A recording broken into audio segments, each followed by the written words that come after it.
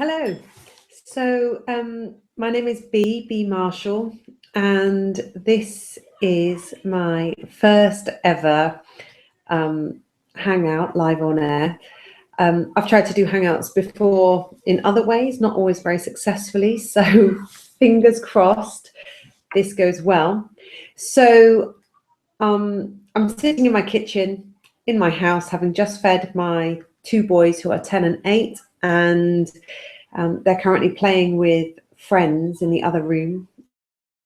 Could burst in at any time and need me. So I may have to go suddenly, or you may suddenly have some entertainment depending on which of them comes in. I am the founder of something called Yes Parenting, and I write about that at bmarshall.com. I also speak about it sometimes on television, British TV, and I am building a parenting coaching business. And a lot of people are really interested to know, like, what is yes parenting? Because essentially yes parenting means that I say yes to my children, and the assumption is therefore that it's permissive parenting, but yes parenting is anything but permissive parenting. Permissive parenting is really just letting your kids do whatever the heck they want, whereas yes parenting really starts from a position of when we say yes to our children as individuals, to their preferences, to their needs, to their interests. What we do is we really cultivate an environment in which those children have the freedom and the kind of the nurturing that they need to grow up to be really successful as human beings in the society that they're part of. So when I talk about success, I'm not talking about financial success or status in that sense. I'm talking about the ability to live life with a series of really important principles, such as consideration, respect, honesty, trust, perhaps punctuality, generosity. And I've got myself a peppermint tea here, so excuse me 1 minute. And through engaging with each other in this way, children grow up with incredible freedom, but that freedom tends to ensure that they make really positive choices. So something that people say to me is, well, what about boundaries? And as a parent, I really try not to set boundaries. I am very clear about my own boundaries, and I will share those very clearly with my children, and I respect their boundaries, and I will also help them think through their own boundaries and think through the boundaries of other people. So in many ways, parenting this way can take more time, more energy, more effort, can take a certain amount of creative thinking, but it really reduces the amount of conflict that families experience. It fosters incredible connection within relationships. It gives the family members the most incredible depth of understanding, not only about themselves, but about each other. And it's a way to move towards more and more joy and peace. And let me tell you a little bit about my own personal journey, because I've wanted to be a mum since I was about, I don't know, 12 or 13. If it had been completely acceptable for me to say, as a teenager, when asked, what do you want to be when you grow up? If it had been completely acceptable for me to say I want to be a mum, then I probably would have said that. But that wasn't quite the case. I felt that I should want to be something else. But really, actually, all I've ever wanted to be is a mum and the owner of horses, which I still haven't realised, but one day I will own horses. So I really wanted to be a mum, and at 26 I had my first son, who I named Robin, but he has since changed his name himself to Peep. And I found that process, I think, quite unsettling. I was overjoyed to be a mum. I was very fortunate to have a birth experience that was very similar to what I had hoped for. And I chose to baby wear. I chose to breastfeed. Breastfeeding worked really well. I had the typical kind of toe curling sensations that lasted for a couple of weeks, but we got into our flow with that.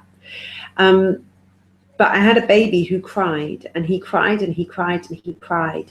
And by 4 weeks, he had very serious skin conditions, and they worsened. And so he was very, very uncomfortable. I think he was in a lot of pain. I was also feeling a lot of pressure from people to feed 4 hourly, not to feed on demand. I really wanted to co-sleep. My instinct was not to separate myself from him, but I tended to find that people would encourage me to put him down when he slept, or to put him in a cot. And that wasn't my instinct, but I really wanted to get it right. And I thought that other people maybe knew more than I did. So it really took until he was about 8 weeks old for me to just think, you know what, sod it. I'm going to listen to my baby. I'm going to listen to myself. And knowing that for 9 months while he was in my tummy, we had done a brilliant job together, I figured we probably could carry on doing that. So at that point, I relaxed much more into my instinctive parenting. But then as he got older and he kind of started moving into his second year and things, I was really desperately looking for a way to control him. And I don't think at the time I would have said I was looking to control him. But when I look back now, that's really what it was about. So I discovered Super Nanny, or I probably knew of Super Nanny already, but at that point I started looking into Super Nanny, watching her programs. I got her book out of the library, and I became really enamored with this idea that by putting certain things in place, especially around discipline and clear boundaries, that I would have this lovely angelic toddler. And I really didn't. And when he was about 3, and by this point my second son, Joss, had already been born. There's 19 months between them.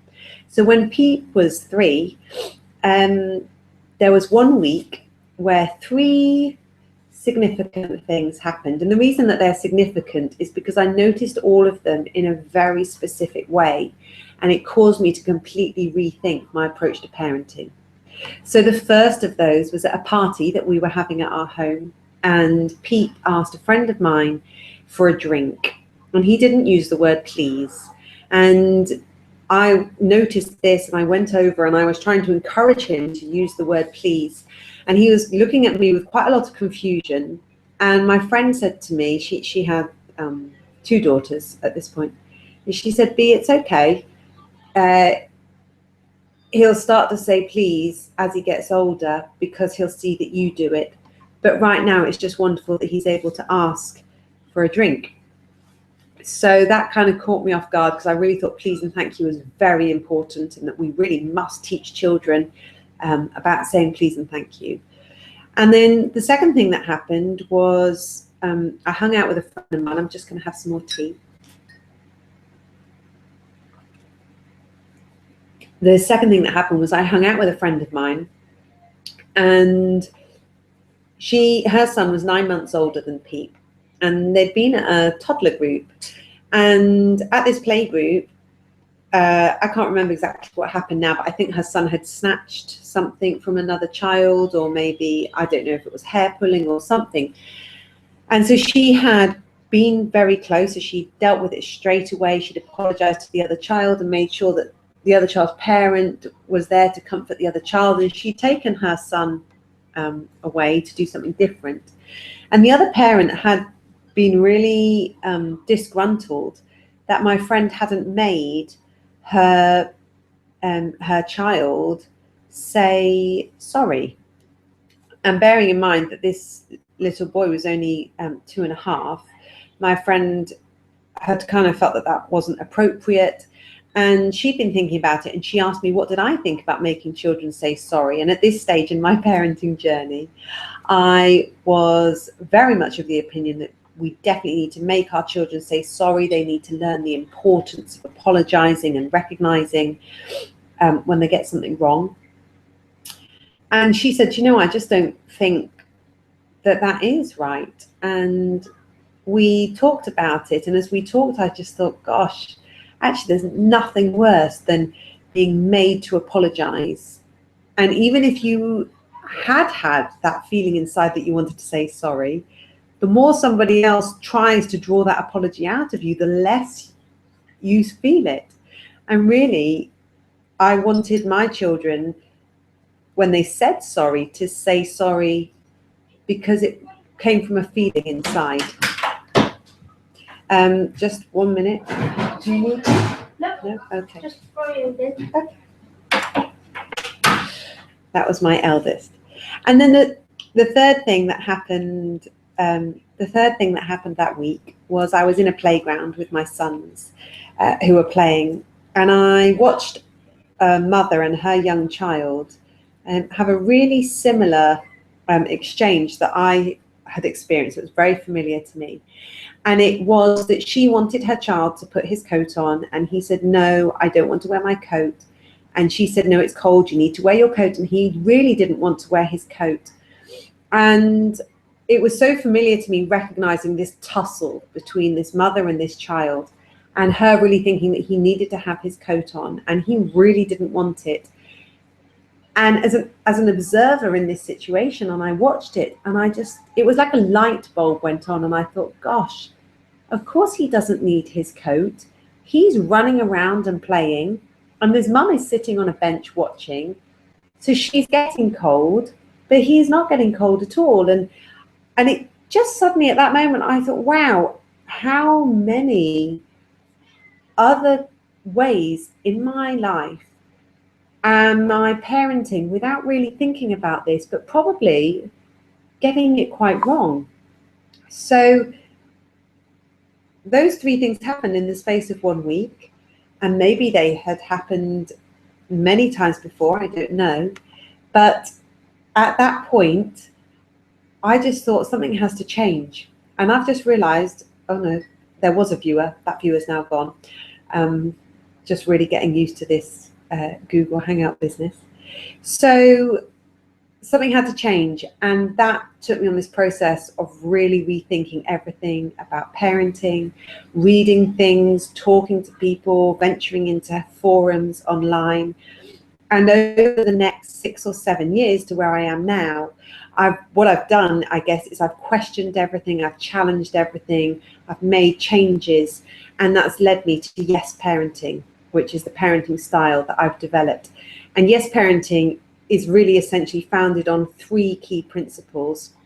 The first is the use of nonviolent communication, which is a communication technique that's used at really high level peace negotiations. Secondly, parenting is founded on neuro-linguistic programming, which is also known as NLP, which is a wonderful tool for human relationships because it understands how the brain and language work together and how we as humans engage with language and behavior differently. And thirdly, and possibly most importantly, Yes Parenting is founded on trusting children. And when your baby is in your stomach for 9 months, you really have very little control over what's going on there. And you have to trust that your baby is developing in the right way. And so Yes Parenting says, well, look, we can continue to trust. So in the same way that we cannot teach children to sit or to roll or to walk or to speak, that actually through the process of living together, they will develop the skills that they need to develop into adults. And I believe that we are all hardwired to want to be successful in our societies that we live in as adults. So that's kind of where that's where yes parenting comes from. That's a little bit of an introduction. I'm not really sure where to go with this next. So I think what I'm going to do is I'm going to send this link out to a few people. Hopefully they will be able to bear with it and watch. I'm looking at my screen and I'm wondering how long I've been talking for, and I have no idea, but that's fine. And if anybody watching at some point, if you have any questions about yes parenting, about my journey, and if you want me to explore things more deeply, or look at anything in particular, please just ask. And I'm guessing because this is on YouTube, you can just comment. I'm not really going to respond to any hateful comments. I have enough of those because of my media presence.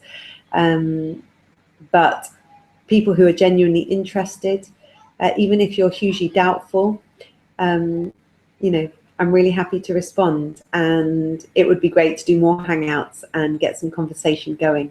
So anyway, it's been lovely talking to you, albeit without anyone talking back to me. And I'll hopefully see you again soon. Okay, bye-bye.